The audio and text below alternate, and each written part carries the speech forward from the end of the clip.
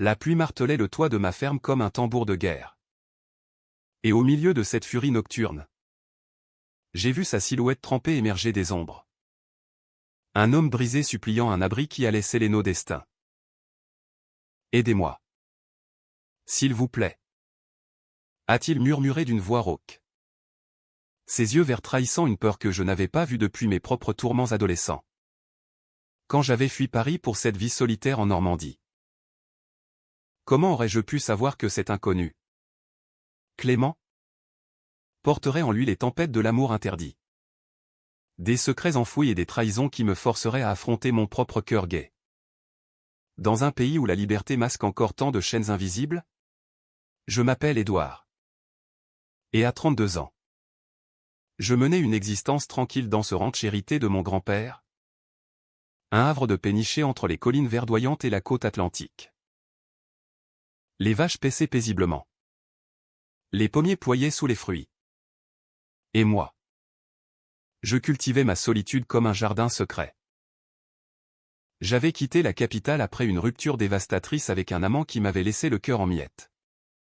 Préférant la rudesse de la campagne à l'hypocrisie des salons parisiens. Ce soir-là, le vent hurlait comme un loup affamé. Et la tempête avait transformé les routes en rivières boueuses. J'étais seul. Un verre de Calvados à la main. Quand on a frappé à la porte. Clément se tenait là. Dégoulinant. Son sac à dos alourdi par l'eau. Il avait 28 ans. M'a-t-il dit plus tard. Avec un accent du sud qui évoquait les vignes de Provence. Ma voiture est enlisée à 2 kilomètres d'ici. Je n'ai nulle part où aller. Ces mots étaient simples. Mais son regard portait une urgence qui m'a transpercé. Je l'ai fait entrer. Lui ai offert une serviette et un café brûlant. Assis près du feu. Il s'est réchauffé. Et peu à peu, les barrières ont fondu. Il m'a raconté qu'il voyageait seul. Fuyant un passé qu'il n'osait pas nommer. Moi, je parlais peu. Mais quelque chose en lui éveillait en moi des échos familiers à cette vulnérabilité que l'on cache quand on aime en secret. Les heures passèrent. La tempête dehors contrastant avec la chaleur naissante à l'intérieur. Clément me confia qu'il était architecte. Passionné par les vieilles pierres françaises. Et qu'il avait quitté Marseille pour un nouveau départ. Je lui parlais de mon ranch. Des longues journées à traire les vaches. À réparer les clôtures. Et de cette paix que j'avais trouvée loin des jugements. Nos rires fusèrent. Inattendus. Et pour la première fois depuis des années. Je sentis mon cœur battre pour quelqu'un. Mais déjà. Des ombres planaient, pourquoi fuyait-il vraiment? Et moi? Étais-je prêt à risquer une nouvelle blessure? Le lendemain matin. Le soleil perça les nuages. Révélant un paysage lavé et renaissant. Clément insista pour m'aider aux tâches quotidiennes. Nous avons réparé une barrière ensemble. Nos mains se frôlant par accident. Envoyant des frissons que je n'osais pas interpréter. Il avait une façon de sourire qui illuminait tout. Une douceur mêlée à une force intérieure qui me fascinait. Vous vivez seul ici, m'a-t-il demandé. Et j'ai hoché la tête, évitant son regard. C'est courageux. Moi. Je n'ai jamais su être seul. Ces mots portaient une tristesse cachée. Mais je n'ai pas insisté. Au lieu de cela, je l'ai invité à rester quelques jours. Le temps que sa voiture soit réparée. C'était une erreur. Ou peut-être le début de tout. Les jours suivants furent un tourbillon d'émotions. Clément s'intégra à ma routine comme s'il avait toujours été là. Nous cuisinions ensemble des crêpes normandes. Du cidre maison et nos conversations glissaient vers l'intime. Il me parla de son enfance. D'un père autoritaire qui méprisait les faibles. Et d'une mère absente. Moi. Je lui avouai ma jeunesse à Paris. Les nuits folles dans les clubs gays du Marais. Et la trahison de mon ex. Qui m'avait quitté pour un homme plus riche. L'amour est une tempête.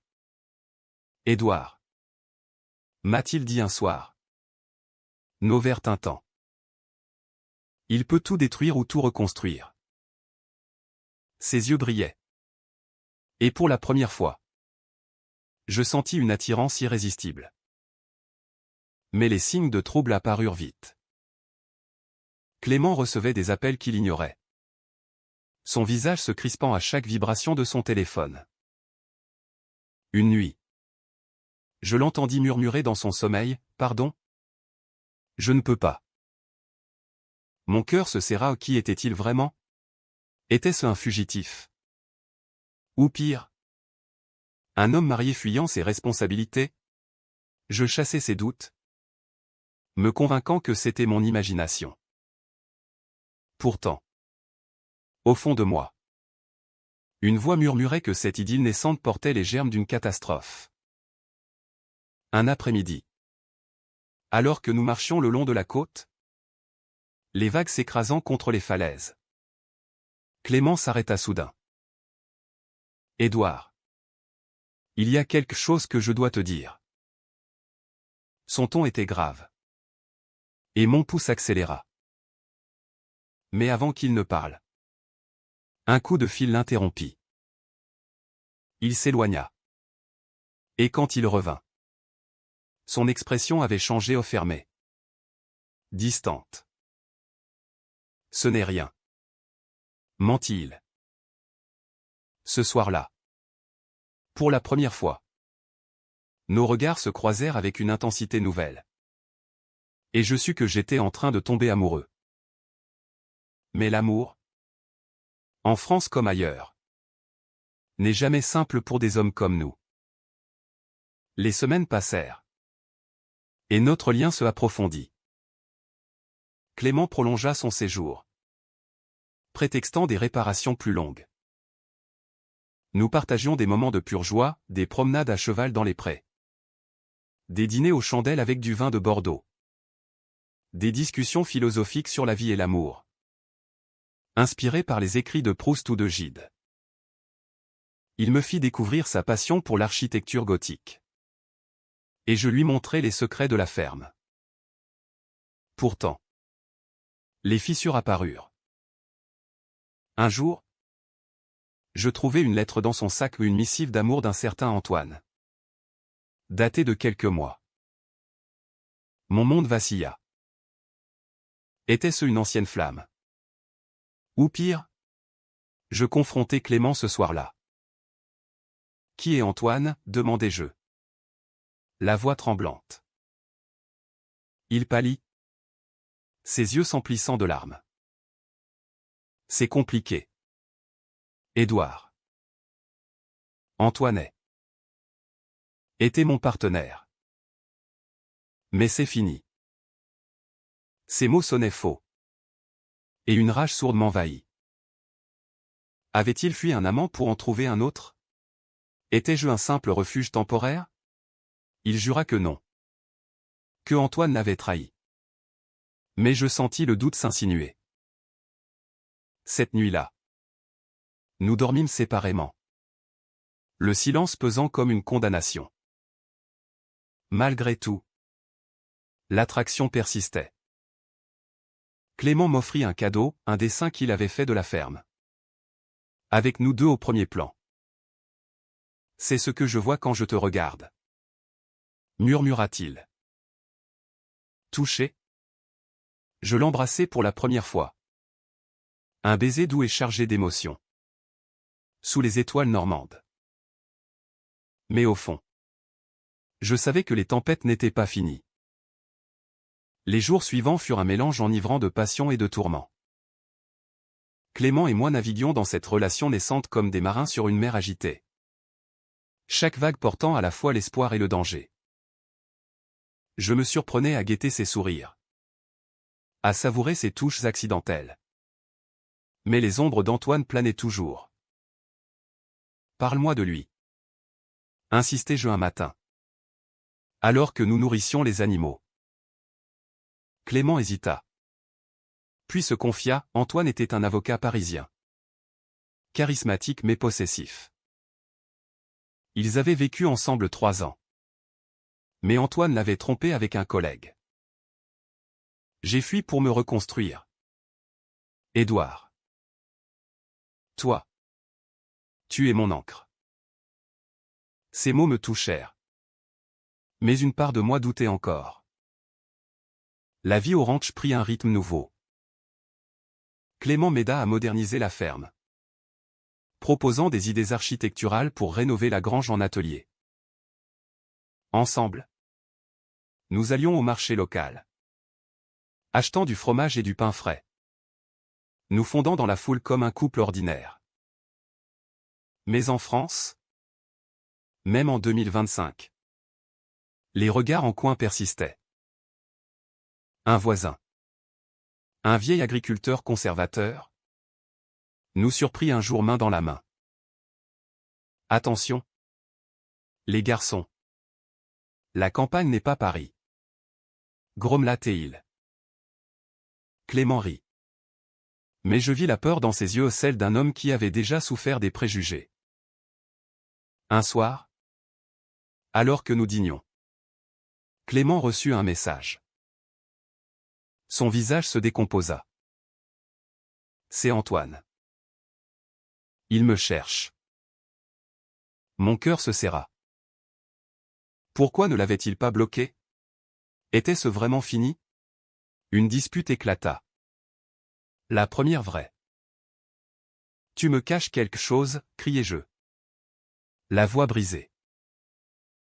Clément pleura, avouant qu'Antoine le harcelait, menaçant de révéler son orientation à sa famille conservatrice du Sud.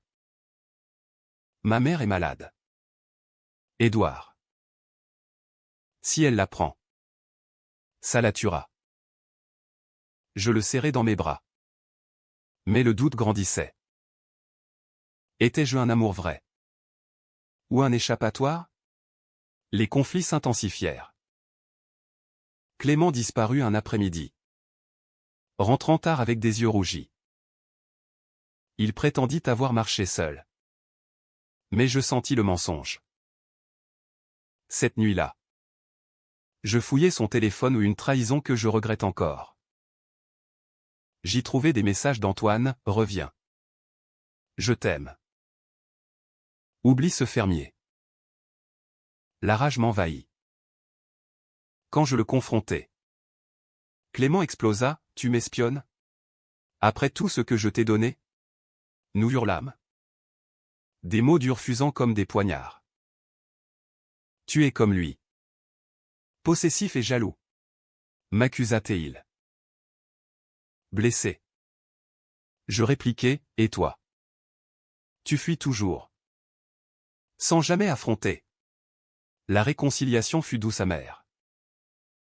Clément s'excusa, expliquant qu'Antoine était un chapitre clos, mais qu'il craignait pour sa famille. Nous fîmes l'amour pour la première fois non pas charnel, mais émotionnel, dans un échange de vulnérabilité. Allongé près du feu, il murmura, avec toi. Je me sens libre. Mais au matin, un appel changea tout.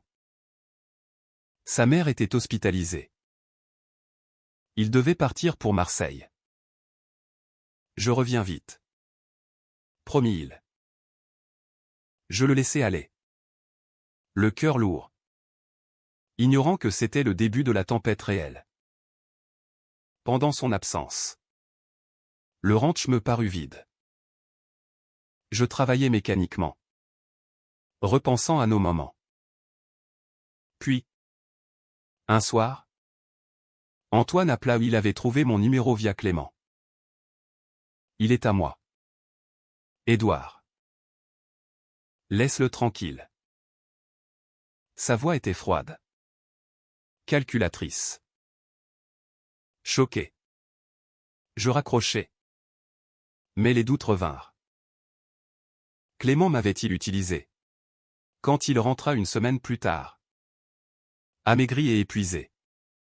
Je l'accueillis avec réserve. Tout va bien, demandai-je. Il hocha la tête. Mais ses yeux évitaient les miens. Peu à peu, les secrets se révélèrent. Clément avoua que sa mère savait pour son orientation. Mais qu'elle l'avait rejeté autrefois. Elle m'a pardonné sur son lit d'hôpital. Dit-il. Larmes aux yeux. Soulagé. Je le crus. Et notre amour fleurit. Nous planifions l'avenir, rénover la ferme ensemble. Peut-être adopter un enfant un jour. Dans cette France progressiste mais encore divisée. Mais un jour, en triant le courrier, je trouvai une lettre d'Antoine adressée à Clément, je sais où tu es. Reviens. Où je révèle tout. La confrontation fut explosive. Clément admit qu'Antoine le faisait chanter, utilisant des photos intimes d'eux. J'ai peur. Édouard. Il pourrait détruire ma carrière. Furieux. Je proposai d'appeler la police. Mais Clément refusa, c'est ma faute. J'aurais dû le quitter plus tôt. Cette nuit-là, il partit en claquant la porte, me laissant seul avec ma douleur. Était-ce une trahison? Ou une protection? Je passai des heures à ruminer, oscillant entre colère et empathie. Les jours suivants furent un calvaire. Clément m'envoya des messages, je t'aime. Mais je dois régler ça seul. Je luttai contre l'envie de le poursuivre, respectant sa décision. Mais l'absence creusait un vide. Un ami parisien m'appela, me conseillant de tourner la page. L'amour gai et dur. Édouard. Ne te perds pas. Pourtant, je tenais bon, croyant en nous. Enfin, Clément revint. Brisé mais déterminé. J'ai affronté Antoine. C'est fini. Il me raconta tout, la rencontre à Marseille. La menace levée grâce à un avocat. Soulagé. Je l'embrassai. Mais une nouvelle révélation surgit, pendant son absence. Il avait douté de nous. J'ai failli retourner avec lui. Par peur. Ces mots me transpercèrent. Étaient-ce de la loyauté? Ou une faiblesse? Nous passâmes la nuit à parler, dénouant les nœuds de nos peurs. Les mois suivants testèrent notre résilience. Clément s'installa définitivement au ranch. Et nous construisîmes une vie commune. Mais les cicatrices persistaient. Chaque appel inconnu me faisait sursauter. Et Clément, hanté par son passé, se refermait parfois. Je ne mérite pas ton amour, murmurait-il lors de nos moments sombres. Je le rassurais. Mais intérieurement, je luttais contre la paranoïa. La France, avec ses lois progressistes sur le mariage gay, offrait un cadre, mais les mentalités rurales restaient rigides. Nos voisins murmuraient. Et un jour, des graffitis homophobes apparurent sur la grange. Ce vandalisme fut un choc. Clément voulait partir, craignant pour notre sécurité. On pourrait aller à Paris. Recommencer. Mais le ranch était ma vie. Mon héritage. Une dispute éclata, tu fuis encore, l'accusai-je. Il riposta, et toi? Tu t'accroches à des pierres au lieu de nous. Blessés. Nous nous séparâmes pour la nuit. Le silence amplifiant nos doutes. Au matin, nous nous réconciliâmes, décidant de signaler l'incident à la gendarmerie.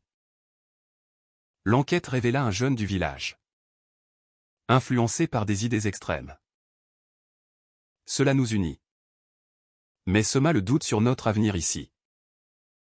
Puis vint la visite de la famille de Clément. Sa sœur, Sophie, arriva de Marseille. Curieuse de rencontrer l'homme qui avait capturé le cœur de son frère. Elle était ouverte. Mais porta des nouvelles troublantes, Antoine rôdait encore, répandant des rumeurs. Clément pâlit. Et je sentis la trahison refaire surface. Pourquoi ne m'as-tu rien dit, demandai-je plus tard. Il avoua avoir minimisé pour me protéger. Cette omission me blessa profondément. Était-ce de l'amour? Ou de la manipulation? La tension culmina lors d'un dîner avec Sophie. Elle lâcha innocemment, Antoine dit que Clément lui doit de l'argent. Clément explosa, accusant sa sœur d'espionner. Le repas vira au chaos. Des vérités éclatants. Clément admit avoir emprunté de l'argent à Antoine pour payer les soins de sa mère. Un secret qu'il m'avait caché.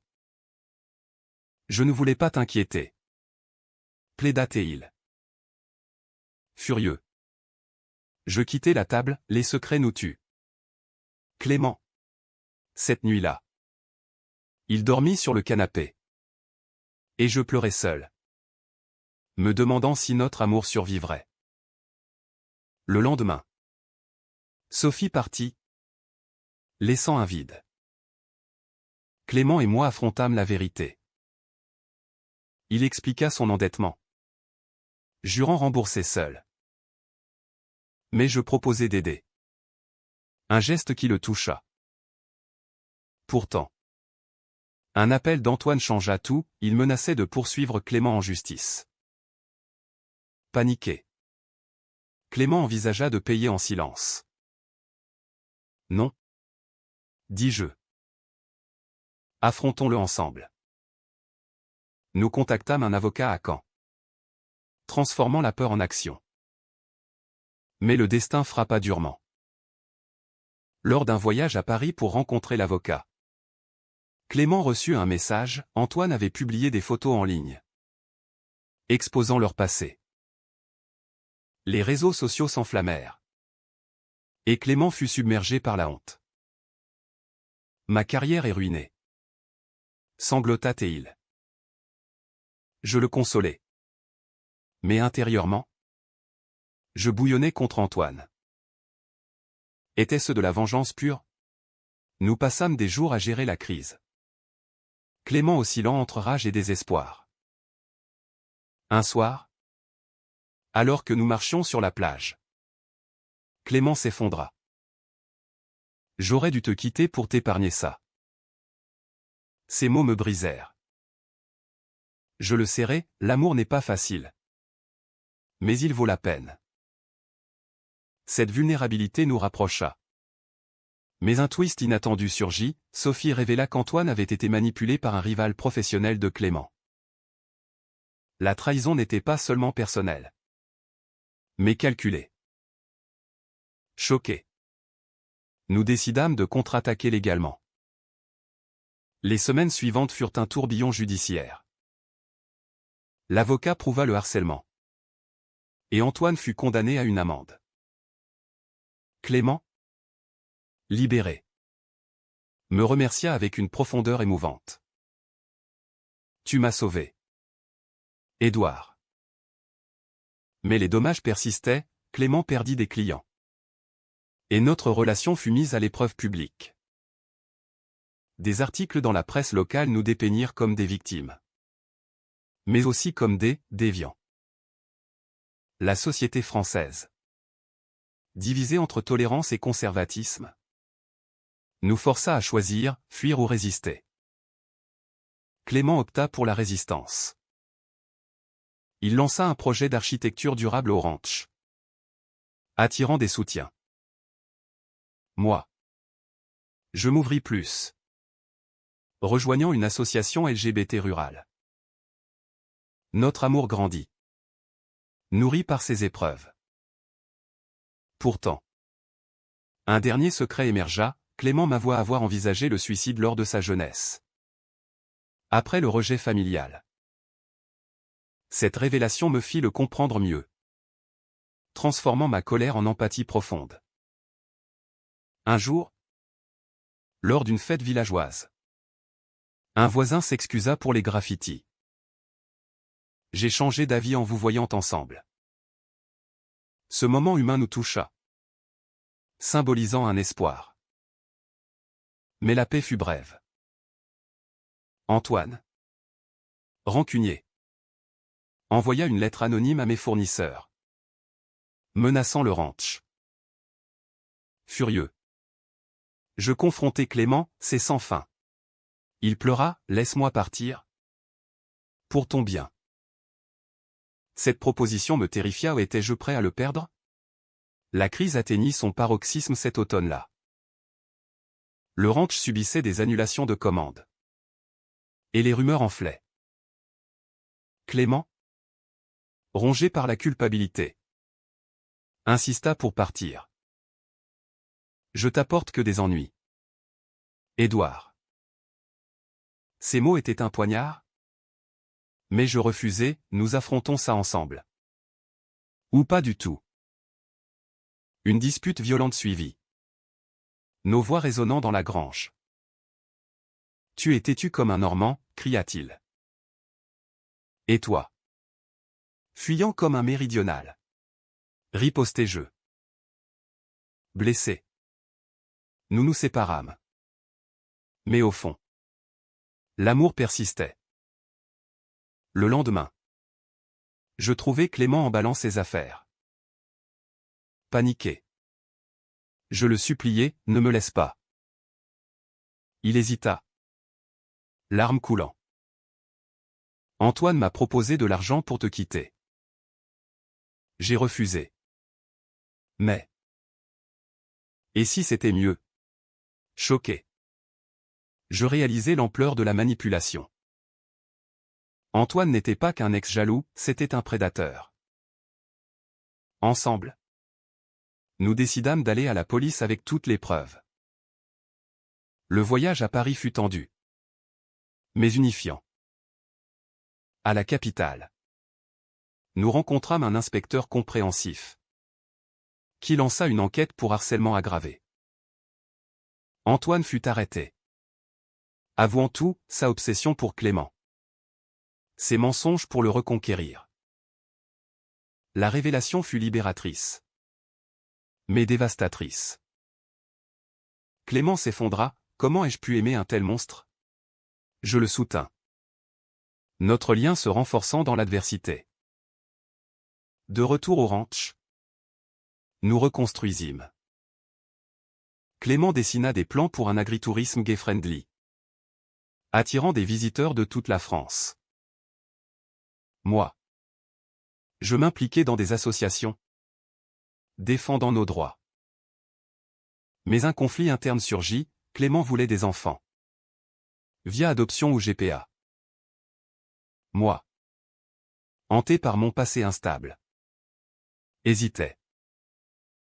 Et si je suis un mauvais père, confiai-je. Il me rassura, avec toi. Tout est possible. Cette vulnérabilité approfondit notre connexion. Pourtant, une ultime trahison émergea. Sophie appela, elle avait aidé Antoine au début. Par jalousie fraternelle. Clément fut dévasté, ma propre sœur. Il la confronta par téléphone. Une conversation déchirante. Pourquoi, hurla-t-il. Elle avoua sa peur de le perdre. Blessé. Clément coupa les ponts temporairement, se tournant vers moi pour du réconfort. Ce choc nous força à examiner nos propres faiblesses. J'ai été naïf, admit Clément. Et moi? Jaloux? Répondis-je. Nous passâmes des nuits à parler, déconstruisant nos peurs inspirées par une société qui tolère mais ne célèbre pas toujours l'amour gay. En France, des lois existent, mais les cœurs changent lentement. Un soir d'hiver, sous une neige légère, Clément me demanda en mariage. À genoux dans la cour. Il offrit une bague simple. Épouse-moi. Édouard. Malgré tout. Ému. J'acceptai. Nos larmes se mêlant. La cérémonie fut intime. À la mairie locale. Avec quelques amis. Mais la joie fut tempérée, la famille de Clément boycotta. Excepté Sophie. Qui s'excusa finalement. Les mois suivants furent une renaissance. Le ranch prospéra. Devenant un symbole de résilience. Clément et moi adoptâmes un rythme harmonieux. Nos disputes cédant à une compréhension mutuelle. Pourtant. Un dernier twist, Antoine. Libéré sous condition. Envoya une lettre d'excuse. J'étais perdu. Pardonnez-moi. Clément la brûla. Mais moi. Je vis une humanité en lui, eux-mêmes les monstres ont des faiblesses. Notre amour. Forgé dans le feu. Devint plus fort. Nous voyageâmes en Provence. Visitant les vignes de son enfance. Guérissant les blessures. À Marseille. Clément affronta sa mère. Qui, affaiblie mais repentante, l'accepta enfin. Ce moment fut cathartique. Me faisant réaliser que l'amour transcende les trahisons. Mais la vie n'est pas un conte. Un accident mineur ou une chute de Clément d'un cheval nous rappela la fragilité. À l'hôpital. Je veillais, priant pour lui. Il se remit. Mais cela renforça notre engagement. Plus de secrets. Jurâmes-nous. Au fil du temps. Nous adoptâmes un enfant. Un petit garçon orphelin. Apportant une joie nouvelle. Le ranch devint une famille. Un havre pour d'autres comme nous. Pourtant. Les échos du passé persistaient, des nuits où Clément murmurait le nom d'Antoine dans son sommeil. Me rappelant que les blessures ne guérissent pas toujours complètement. Un jour, lors d'une promenade côtière, Clément s'arrêta. Merci d'avoir abrité ma tempête. Je souris, et toi? D'avoir bouleversé la mienne. Notre baiser scella un pacte éternel. Dans cette France éternelle. Où l'amour triomphe des ombres. Les années passèrent. Et notre histoire devint une légende locale, deux hommes qui avaient défié les tempêtes pour s'aimer. Le ranch fleurit. Accueillant des couples gays de toute l'Europe. Un sanctuaire de tolérance en pleine Normandie. Clément excella en architecture. Concevant des espaces inclusifs. Tandis que je gérais la ferme avec une passion renouvelée. Notre fils, Louis, grandit entouré d'amour. Ignorant les batailles qui l'avaient précédé. Mais les vieux démons ressurgirent parfois. Antoine réapparut dans un article, il avait changé. Fondant une association contre le harcèlement. Clément lut cela avec un mélange de colère et de pitié. Il a payé. Dit-il. Moi. Je gardais une méfiance.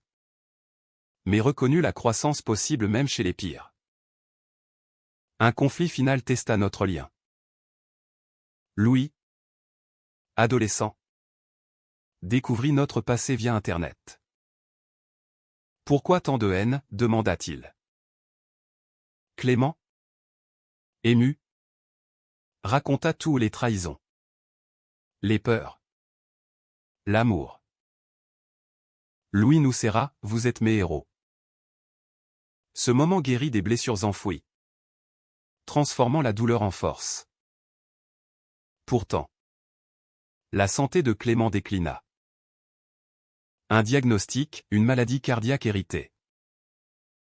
Les mois suivants furent un combat. Avec des traitements à Paris. Je veillais. Rappelons nos débuts. Souviens-toi de la tempête. murmurai-je. Il souriait, elle nous a menés ici. Clémence éteignit paisiblement un printemps. Entouré de nous. Son dernier mot, M. Dévasté. Je pleurais.